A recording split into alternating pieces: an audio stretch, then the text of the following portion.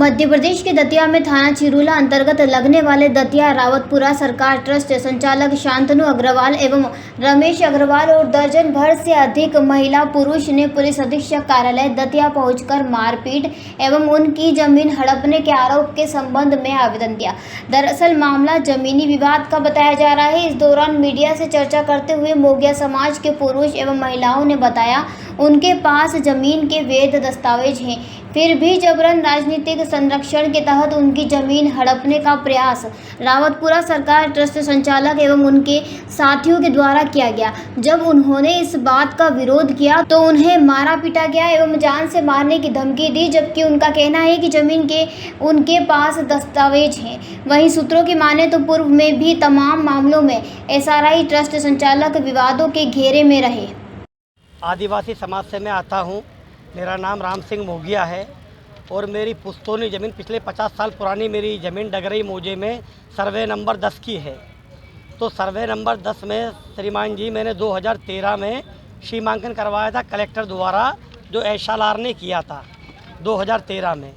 तो 2013 में जब सीमांकन किया, सीमांकन करने के बाद में उन्होंने सब लोगों की अपनी अपनी हदबंदी दे दी कि ये तुम्हारी ज़मीन है, ये तुम्हारी ज़मीन है, ये रमेश अग्रवाल की है, ये हमारी है, राम सिंह मोगिया की, ये लखन मोगिया की, ये सब लोगों की उन्हें चिन्हित कर दिए मुट्ठी करने के बाद में सर 2013 में मेरी सीमांकन हुई। सीमांकन होने के बाद में उन लोगों ने अपनी तार फेंसिंग कर ली। मैंने अपनी फसल बचाने के लिए मैंने अपनी बाउंड्री बनवा ली। बाउंड्री बनवाने के बाद में सर उन्होंने भी उसमें दस्तखत किए रमेश अग्रवाल ने कि मुझे इसमें कोई आपत्ति नहीं है और ये सीमांकन सही हुआ है, वैध हुआ है।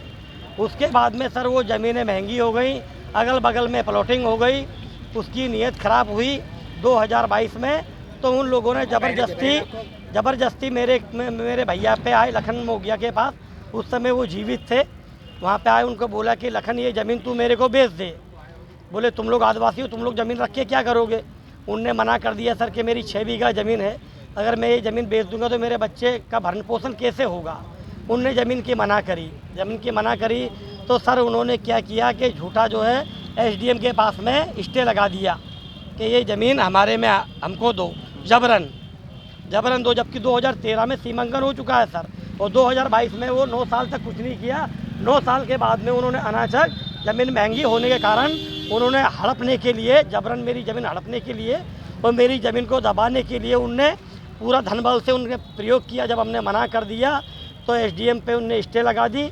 जब हम लोगों ने जब सर हमारे कागज़ उपस्थित किए माननीय एसडीएम साहब के पास, तो उन्होंने वो स्टे उनने खारिज कर दी कि इनके पूरे कागज़ हैं, आप ऐसा नहीं करो, गरीब लोगों की ज़मीन आप नहीं हड़पो।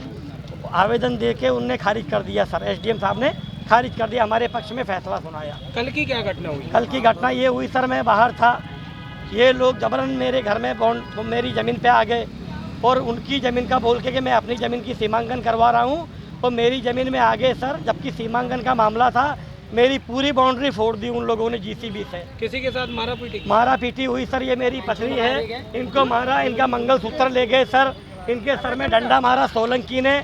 रमेश कुमार अग्रवाल के बोलने पे 10-12 लोग थे, उनके मारा तोड़ी की, हाथ में मार दिया, हाथ तोड़ दिया। ये इन लोगों ने मारा। मेरी बिटिया है, ये लखन मोगिया की बच्ची है सर, मेरी भतीजी।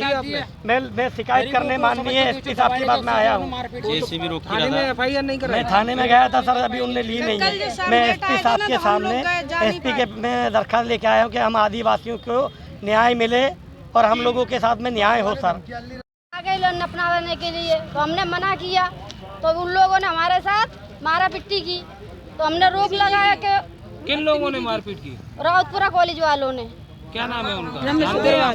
रमेश अग्रवाल और सोलंकी शांतुली। अब आप एसपी साहब के आए हैं, क्या हम आवेदन देने आए हैं, हमारी सुनवाई की जाए, हमारी सुनवाई की जाए।